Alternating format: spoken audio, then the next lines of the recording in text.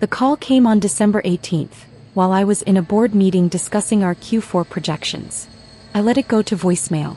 When the meeting ended at 4:30 p.m., I saw 3 missed calls from my younger sister Rachel and a text that read, "Call me Ihi. About Christmas."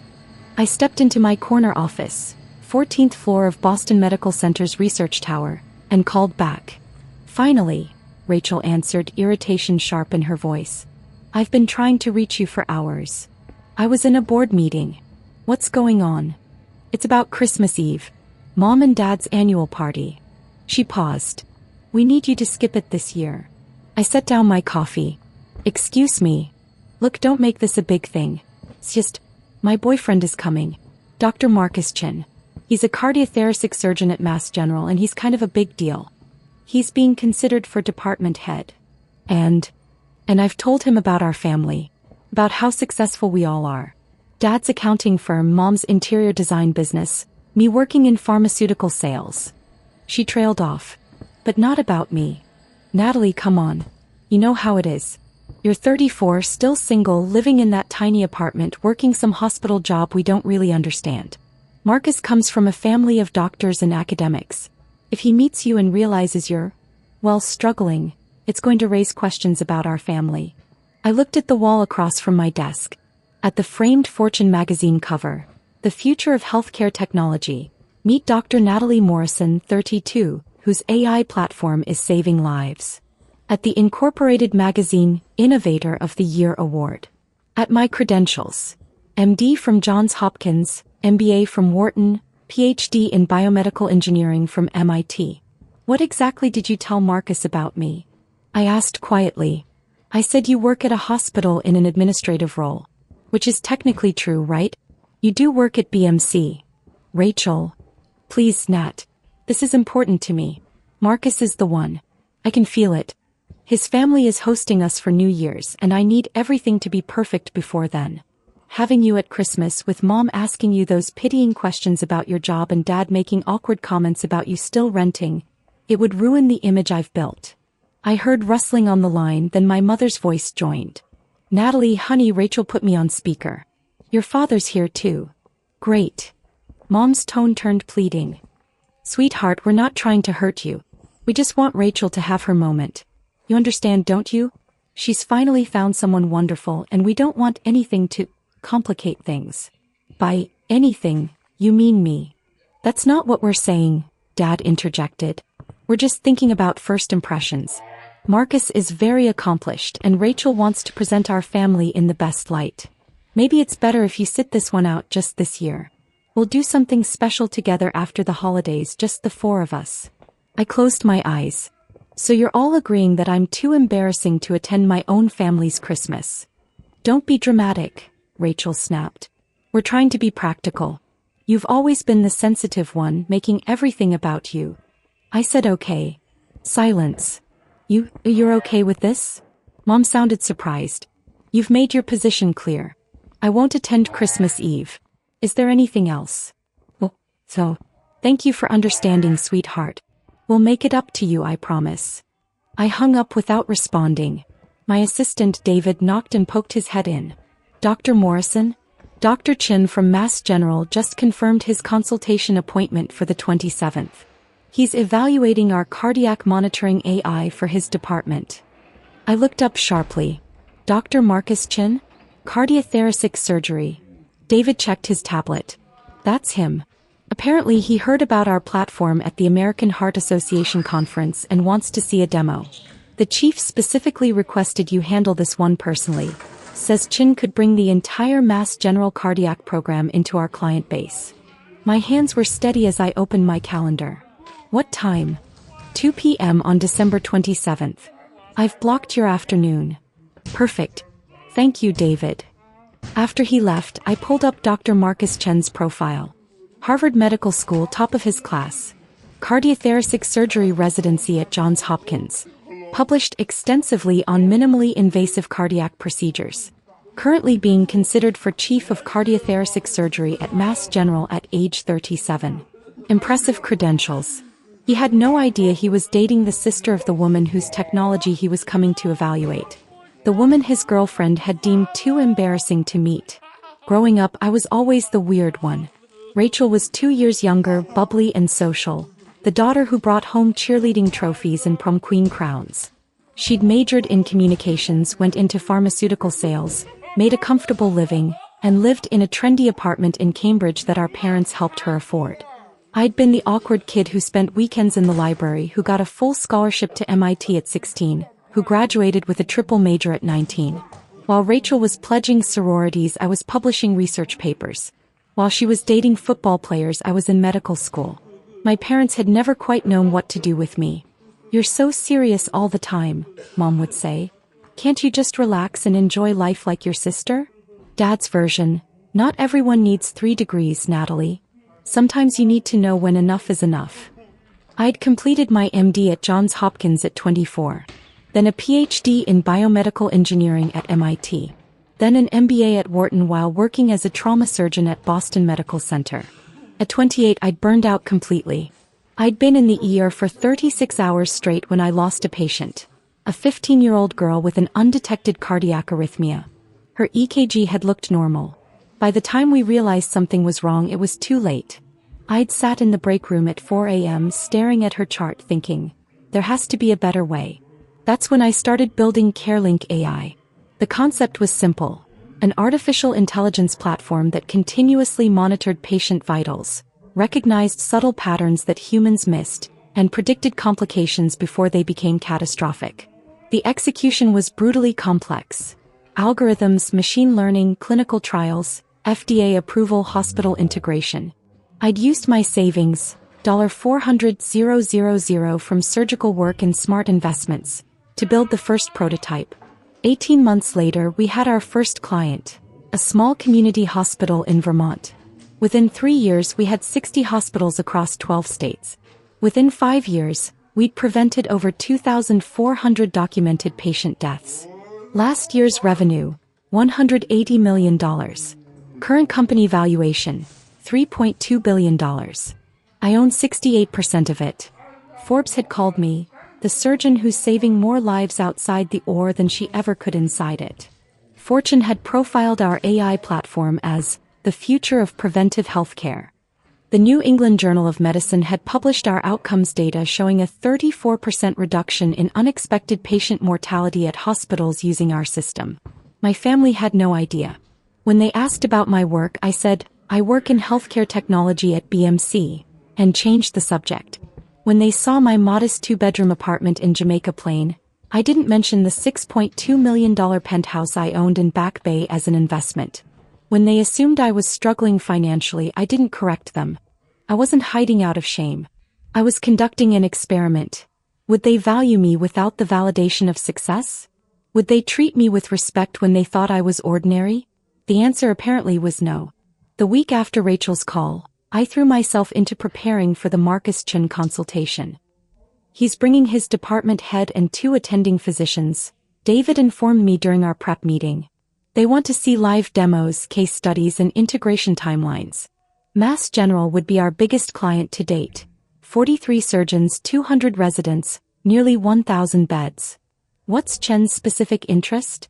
Cardiac monitoring for postoperative patients. He's concerned about sudden complications in the first 72 hours after surgery. Wants to know if our AI can predict events like tamponade, arrhythmia, or pulmonary embolism before they become critical. I smiled. We have documented cases from Stanford and Mayo Clinic. Pull those files. The irony wasn't lost on me. Marcus Chen wanted technology to save his patients' lives. My technology, built by the woman his girlfriend considered too unsuccessful to meet. On December 23rd, Rachel posted photos from her Christmas shopping trip on Instagram. Designer bags, expensive restaurants, captions about treating myself before the big family celebration. On December 24th, Christmas Eve, she posted photos from my parents' party. Rachel in a red cocktail dress next to a handsome Asian man in a tailored suit. Caption: introducing my brilliant surgeon to the family. Best Christmas ever. Christmas tree red heart. The comments poured in. Aunts and cousins gushing about what a perfect couple they made. Friends congratulating Rachel on finally finding someone at her level. I screenshot every single post for my records. That evening, while my family celebrated without me, I had Christmas dinner with my executive team and their families. My CTO, Dr. James Rodriguez, had invited me to his home in Brookline.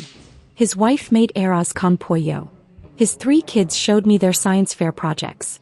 We talked about the future of predictive medicine, about dreams of preventing death before it happened, about building something that mattered.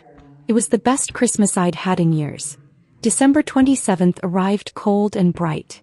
I got to my office at 6 a.m., reviewing every detail of the presentation. Our conference room on the 14th floor had a view of the Boston skyline. I'd arranged for our head of clinical integration to present case studies, our chief medical officer to discuss outcomes data, and our chief technology officer to demonstrate the AI platform live. But I'd insisted on doing the introduction personally. At 1:45 p.m. David knocked. Dr. Morrison, the Mass General team is here. Dr. Chen, Dr. Patricia Williams, she's the chief of surgery, and 2 attending physicians.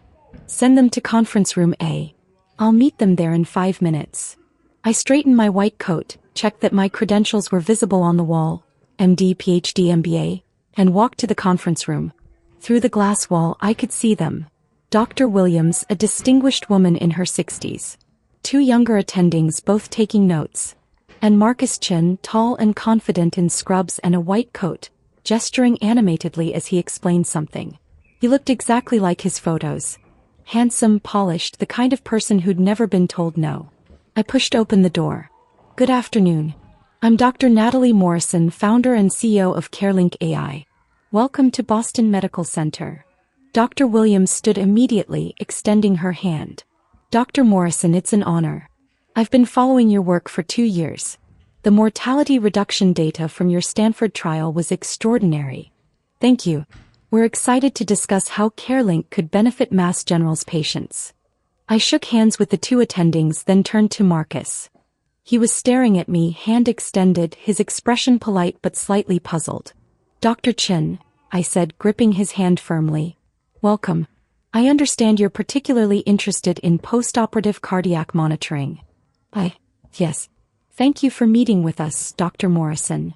His voice was uncertain, like he was trying to place me. We sat. I gestured to the screen behind me where our company logo appeared. CareLink AI with our tagline, predicting complications, saving lives. Before we begin the technical presentation, let me give you some context about CareLink's development. I spoke for 10 minutes about my background. Trauma surgeon turned engineer, the patient I'd lost, the technology I'd built in response. I showed them our FDA approval documentation, our clinical trial results, our client hospitals. Marcus was taking notes, but I caught him glancing at me repeatedly, his expression growing more confused. Then Dr. Williams said something that changed everything. Dr. Morrison, I have to ask. I thought I read somewhere that you have family in Boston. Is that right? I do. My parents live in Newton and my younger sister lives in Cambridge. What does she do? Pharmaceutical sales. Marcus's pen stopped moving. Pharmaceutical sales, he repeated slowly. Your sister works in pharmaceutical sales. That's correct. He set down his pen. His face had gone pale. What's your sister's name? I met his eyes directly. Rachel Morrison. The room went absolutely silent. Marcus stood up so abruptly his chair rolled backwards. You're Rachel's sister. Rachel's sister Natalie. I am. But she said you worked in hospital administration. Some entry-level position. She said you were. He couldn't finish the sentence. Dr. Williams looked between us, confused. Is there a problem? Marcus's voice came out strangled. Rachel is my girlfriend. I met her family on Christmas Eve. She told me she had a sister who wasn't attending because she had to work. She said you worked in a low-level hospital job and weren't really part of the family's success story. The 2 attending physicians shifted uncomfortably. I kept my voice professional. I see. Dr. Chen, I want to assure you that your relationship with my sister has no bearing on this consultation. You're here to evaluate technology that could benefit your patients. That's all that matters. You're the CEO, he said faintly. You founded this company. You're the woman on the Fortune magazine cover. I am. Rachel said she told me you were struggling. That you lived in a tiny apartment and worked some job nobody in the family understood. That's why you weren't at Christmas. She said having you there would give you the wrong impression of her family, I finished. Yes, I'm aware of her reasoning. Dr. Williams cleared her throat. Perhaps we should reschedule this meeting. That won't be necessary, I said calmly. Dr. Chen, I understand this is awkward. But you came here to evaluate whether CareLink AI can help your postoperative cardiac patients. Can we focus on that? Marcus sank back into his chair. His hands were shaking. I need to call Rachel. You can call her after the meeting. Right now, I have 3 of Mass General's top physicians in this room, and I'd like to show you technology that could save lives. Unless you'd prefer to leave. He stared at me, then at Dr. Williams, then back at me. No, he said finally. No, I want to see the presentation. For the next 90 minutes, I walked them through everything. Case studies showing our AI predicting cardiac tamponade 47 minutes before clinical symptoms appeared. Data from Mayo Clinic demonstrating a 41% reduction in postoperative pulmonary embolisms.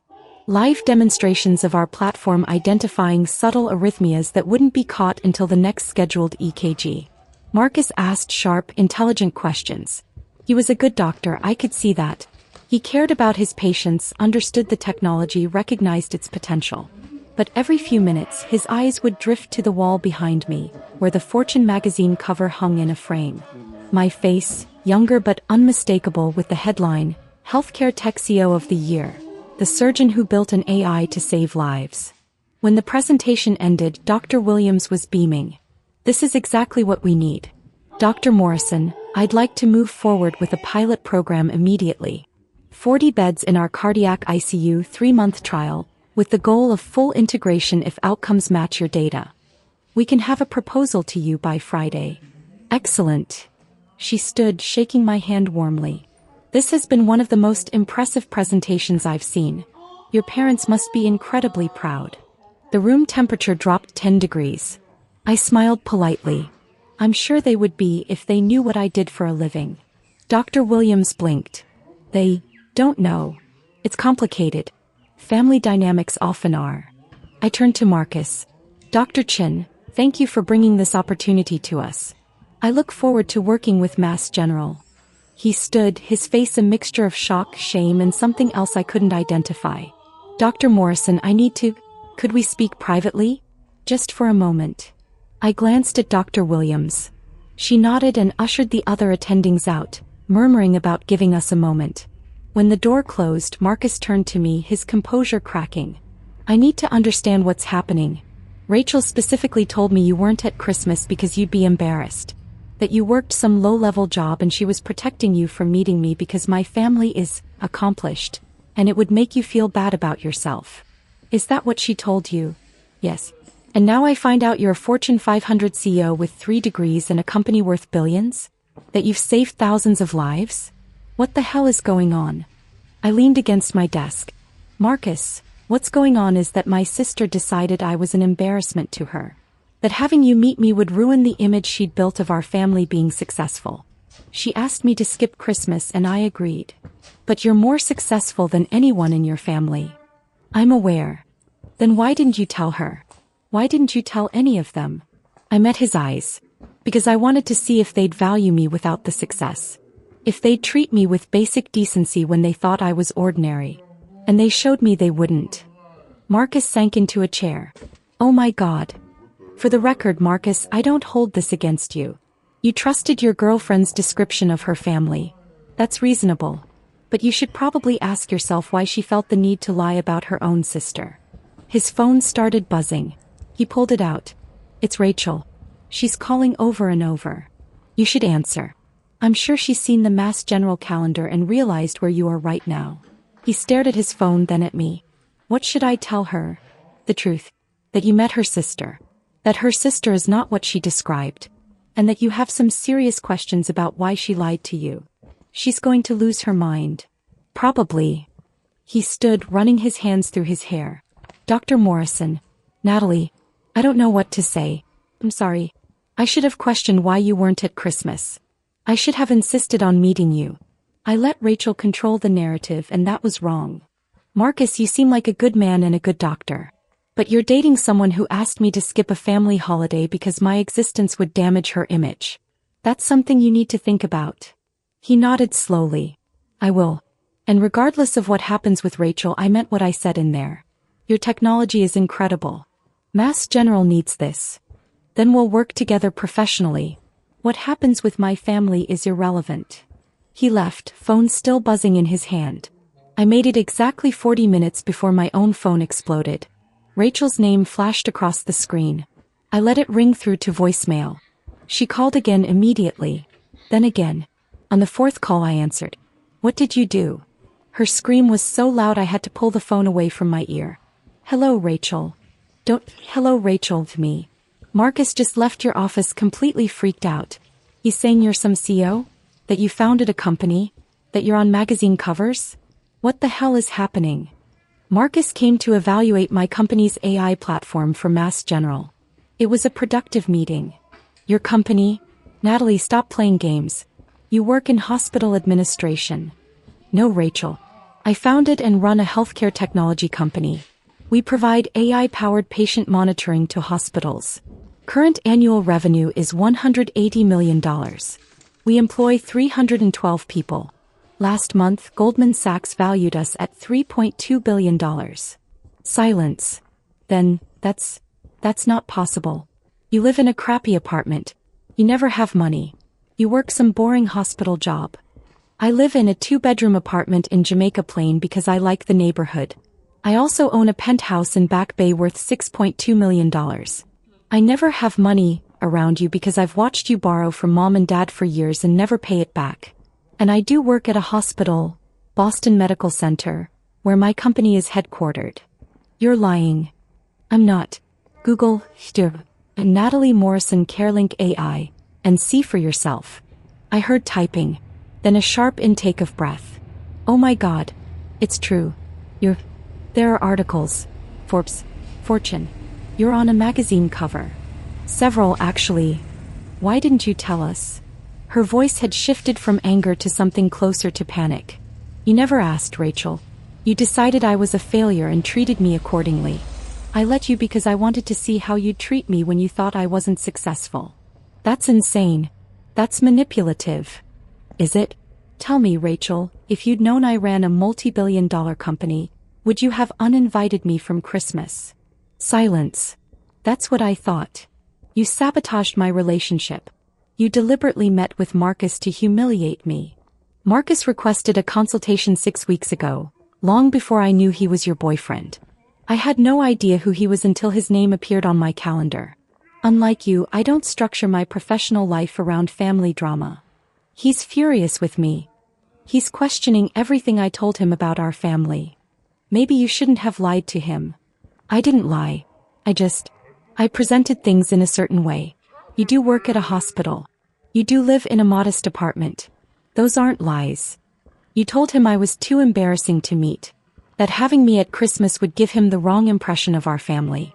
That I was struggling and you were protecting me. Those are lies, Rachel. I heard her breathing heavily. Then Mom's voice in the background. Rachel, what's happening? Let me talk to her. Mom wants to talk to you, Rachel said. Of course she does. There was shuffling, then Mom's voice, tight with confusion. Natalie? Rachel is very upset. She says you met Marcus today and told him some story about being a CEO. It's not a story, Mom. I am a CEO. I founded a healthcare technology company 7 years ago. We save lives using artificial intelligence. It's quite successful. Sweetheart, I don't understand. You never mentioned any of this. You never asked. You assumed I was struggling and I let you assume it because I wanted to see how you'd treat me. That's not fair. We've always supported you.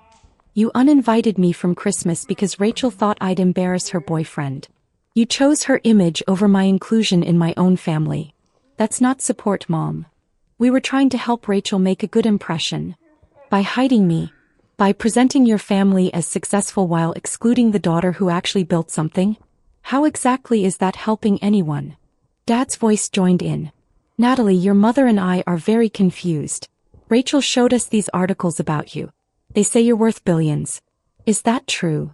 My company is valued at $3.2 billion. I own 68% of it. So yes, my stake is worth approximately $2.17 billion on paper. Complete silence.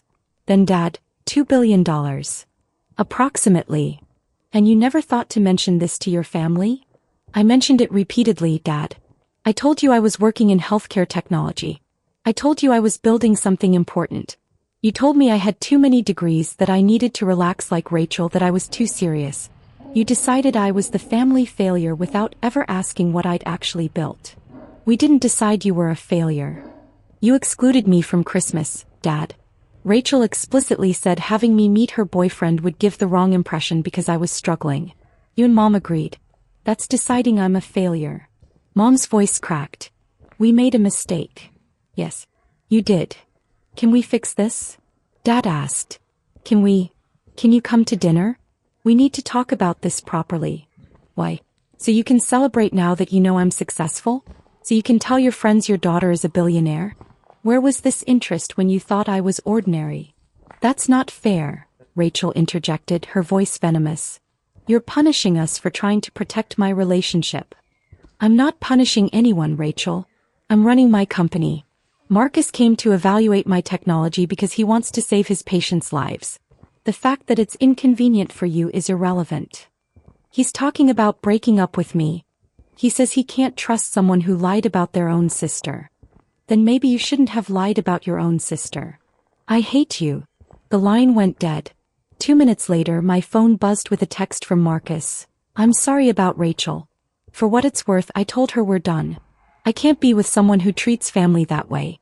Thank you for your honesty. Looking forward to working together professionally. I replied, I'm sorry it ended that way. You deserve someone who values integrity. I'll have the Mass General proposal ready by Friday. The next morning, my parents appeared at my office. David buzzed me.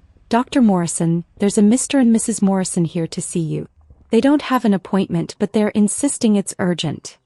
Send them in. My parents walked into my office looking smaller than I remembered. Older.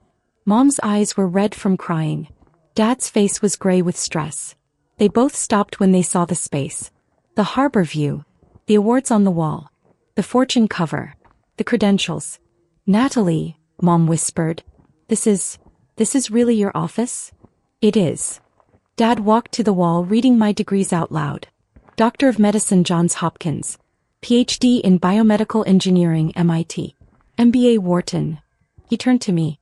When did you do all this? Over the last 15 years. While you were asking when I'd settle down and be normal like Rachel. He flinched.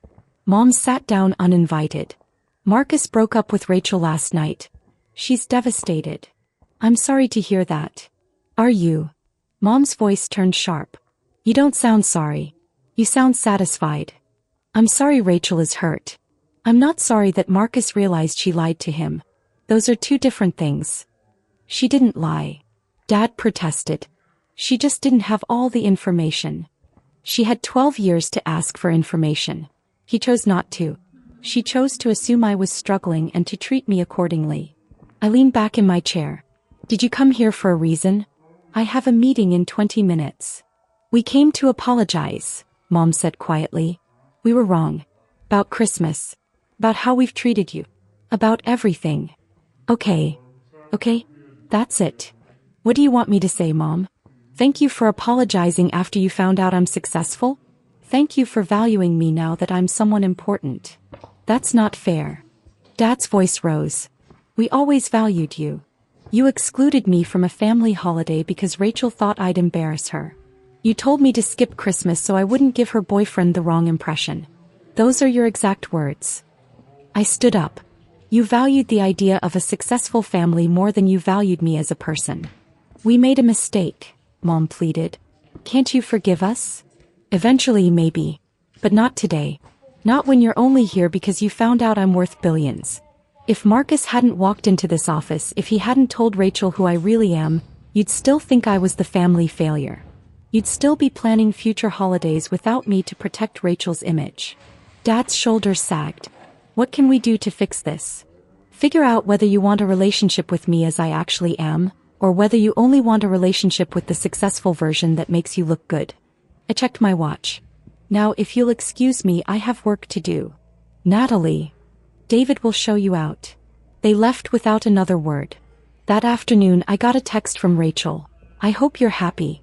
You destroyed my relationship and turned mom and dad against me.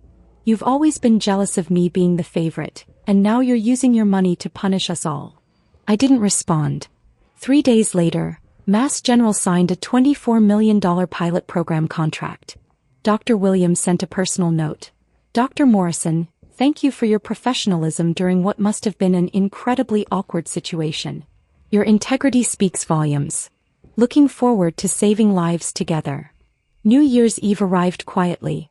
I spent it with my executive team at a company celebration in our conference room. We toasted our achievements. 2,400 lives saved in the past year. 300 employees supported. 82 hospitals using our technology. At midnight my phone buzzed. Text from Marcus. Happy New Year, Dr. Morrison. Our pilot program starts Monday. Thank you for giving Mass General this opportunity. Text from Dr. Williams. Thank you for building something that matters. Here's to saving more lives in 2025. Text from Mom. Happy New Year, sweetheart. Your father and I are still hoping to talk when you're ready. We love you. We're sorry. I stared at Mom's message for a long time. Then I typed, Happy New Year, Mom. I need time. But I'm willing to talk eventually. On my terms. Her response came immediately. Anything you need. We'll wait. It wasn't forgiveness. Not yet. But it was a beginning. On January 2nd, Rachel called. I let it go to voicemail. She didn't leave a message. On January 5th, she sent a text. I'm sorry. Really sorry. Can we talk? I replied, not yet. Maybe someday. But not yet. On January 8th, the New England Journal of Medicine published our latest outcomes study. The headline, AI platform reduces hospital mortality by 34%, a multi-center analysis. That evening, my parents sent a card to my office. Inside, in Dad's handwriting, we read the article. We're proud of you. We always should have been. We're sorry we didn't ask sooner. Love, Mom and Dad. I put the card on my desk next to the Fortune cover. On January 15th, I had coffee with Marcus at a cafe near BMC. How's the pilot going? I asked. Incredible. We've already caught 3 complications your AI predicted before clinical symptoms appeared. 1 patient would have died if we hadn't intervened when we did. He paused. You're saving lives, Natalie. Real lives. That's why I built it. I wanted to apologize again. For not questioning Rachel's story. For agreeing to a Christmas that excluded you. I should have known something was wrong. You trusted your girlfriend. That's normal. I trusted someone who lied about her own sister to make herself look better. That's not normal. He took a sip of coffee. For what it's worth, I told my parents what happened. They were horrified. My mother asked me to invite you to dinner to apologize on behalf of my family for being part of the reason you were excluded. I smiled. That's kind but unnecessary. She insists. She's very traditional about family honor. She feels partially responsible. Tell her I appreciate the gesture. Maybe in a few months. He nodded. Fair enough. As we stood to leave, he said, Rachel reached out last week. Asked if I'd reconsider. What did you say? I said no. I can't be with someone who treats family as disposable when they're inconvenient. That's a character issue, not a misunderstanding. He met my eyes. You deserved better than how they treated you. Thank you for seeing that. Anyone who actually looked would have seen it. After he left, I walked back to my office. The January sun was setting over Boston, painting the harbor in shades of gold and pink. My phone buzzed. Text from David. Dr. Morrison, Johns Hopkins wants to schedule a call. They're interested in implementing CareLink across their entire system. 1,200 beds. I smiled and typed back, schedule it. That night, I sat in my penthouse, the one my family didn't know about, looking out over the city. My city. The city where I'd built something that mattered. My phone buzzed one more time. Text from Mom. I know you need space. But I wanted you to know. I told everyone at my book club what you do. Really do. About your company and the lives you've saved. I should have been telling everyone years ago. I should have asked. I'm sorry I didn't. So proud of you. Always have been, even when I didn't show it right. I stared at the message for a long time. Then I replied, "Thank you, Mom. Let's have coffee next week. Just us." Her response was immediate. "I'd love that. I'll be there whenever you say." It wasn't a full reconciliation. The hurt was still too fresh, the betrayal too recent. But it was a door opening slowly. Whether we walked through it together would depend on whether they could learn to value me for who I was, not what I'd achieved. Outside my window, Boston glittered with possibility. Inside my office tomorrow, we'd keep saving lives. And that, more than anything my family could say or do, was enough.